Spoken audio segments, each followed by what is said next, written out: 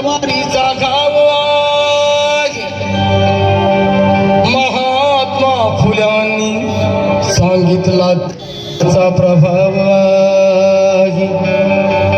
शाहू महाराजांनी दिला आखाड्यातला डाव आहे. माझ्या भीमरायाने रुजविला प्रेम बंधू भाव आहे.